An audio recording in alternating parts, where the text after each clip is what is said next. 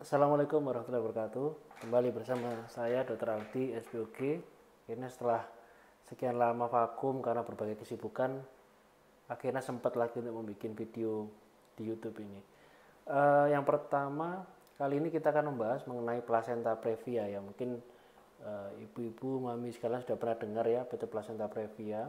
Ini cukup banyak ditemukan di masyarakat ya. Jadi placenta previa itu kalau kita tahu bahwa plasenta itu adalah suatu organ yang berada di dalam rahim atau biasanya kita istilahnya adalah ari-ari ya dalam bahasa Jawanya, itu adalah organ yang berada di dalam rahim di mana dia akan memberikan suplai oksigen maupun darah maupun nutrisi kepada janin. Nah, normalnya plasenta itu terletak di bagian atas daripada rahim ya, bisa di depan, di tengah, bagian puncak maupun di belakang. Sehingga di sini dia tidak akan mengganggu kehamilan. Namun pada kondisi yang abnormal, plasenta ini akan terletak di bawah ya, di bawah dari rahim, sehingga dia itu posisinya bisa menutupi baik total maupun sebagian dari leher rahim atau nanti jalan lahir dari bayi, sehingga di sini akan menimbulkan banyak masalah. Nah, sebenarnya apa masalah yang bisa ditimbulkan dari placenta previa? Yang pertama pasti adalah risiko perdarahan. Jadi pada ibu-ibu dengan placenta previa maka akan terjadi risiko perdarahan. Mengapa? Karena plasenta tadi terletak di bawah, bagian bawah rahim, di mana dia akan ketika nanti usia trimester 3 ya, nah itu akan terjadi ibaratnya pembentukan dari rahim yang untuk persiapan untuk melahirkan. Plasenta tersebut bisa robek dari tempat pelengkatannya. Pelengkatannya biasanya di bawah ya, kalau placenta previa lokasinya di bawah, sehingga akan terjadi perdarahan yang mengalir dari bawah, dari kemaluan akhirnya, dimana ini bisa hanya berupa bercak yang ringan atau perdarahan sedikit tapi terus mengalir, atau perdarahan yang sangat masif atau sangat banyak, dimana ini sangat membahayakan baik bagi ibu maupun janinnya. Nah, ciri khas dari placenta previa ini yaitu adanya perdarahan yang berwarna merah segar ya, karena dia fresh ya, darah fresh dari placenta yang lepas tadi.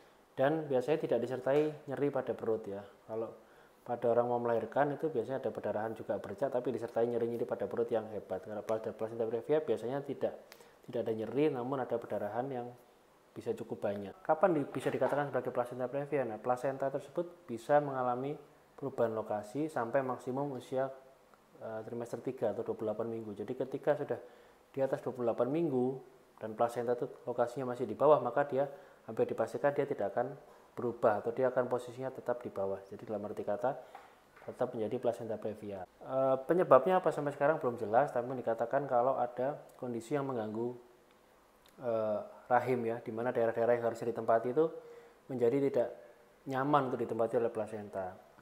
Terus faktor-faktor risikonya cukup banyak ya. Jadi orang yang sudah punya anak banyak, kemudian usianya di atas 35 tahun, atau pernah operasi sesar, pernah kuret atau pernah operasi di rahim, itu bisa berisiko. Kemudian hamil kembar ya, kemudian dia yang suka wanita yang suka merokok atau menggunakan obat-obatan terlarang ya seperti narkotik, itu juga bisa berisiko terjadi placenta previa. Jadi komplikasinya ada dua risikonya, itu terjadi perdarahan dan terjadi persalinan prematur, karena biasanya perdarahan itu terjadi pada awal-awal trimester 3, misalnya sekitar 28 minggu ke atas itu bisa jadi perdarahan. Nah, kemudian kalau pada placenta previa ini, maka ketika ada perdarahan maka ibu harus segera ke dokter atau ke rumah sakit untuk segera ditangani.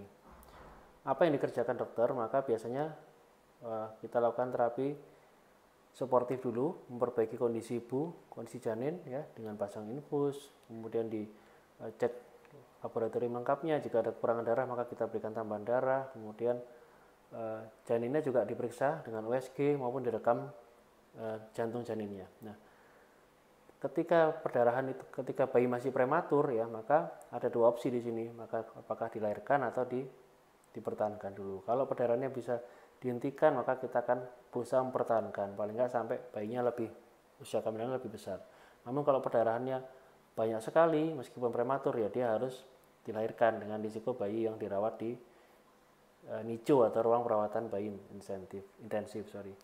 Sehingga kalau bayinya itu datang perdarahan placenta previa tapi usia kehamilannya sudah besar ya, biasanya di atas 34 minggu atau lebih dari 2 kilo, nah itu biasanya kita segera dilahirkan, karena Bagaimanapun kalau kita rawat secara konservatif itu plasenta previa bisa sewaktu itu perdarahan ya. Dan kalau ketika perdarahannya banyak maka risikonya janin juga bisa gawat, janin bisa sampai meninggal ya pada kondisi yang gawat seperti itu. Bagaimana deteksinya ya, kalau sekarang sederhana dengan melakukan USG ya. USG pada trimester pertama, trimester 2, trimester 3 minimal masing-masing sekali ya. Pada trimester 3 kalau bisa 2 kali USG. Nah, jangan khawatir kalau pada trimester pertama, trimester 2 terlihat plasentanya di bawah ya, itu masih ada kemungkinan dia akan bisa bergerak naik ke atas, sehingga batasnya pada trimester 3 ya. Kalau sudah trimester 3 maka biasanya dia sudah menetap dan tidak bisa berpindah lagi. Mungkin demikian pembahasan singkat dari saya mengenai plasenta previa. Semoga bermanfaat. Nanti kita akan lanjutkan di topik-topik yang lainnya. Terima kasih. Wassalamualaikum warahmatullahi wabarakatuh.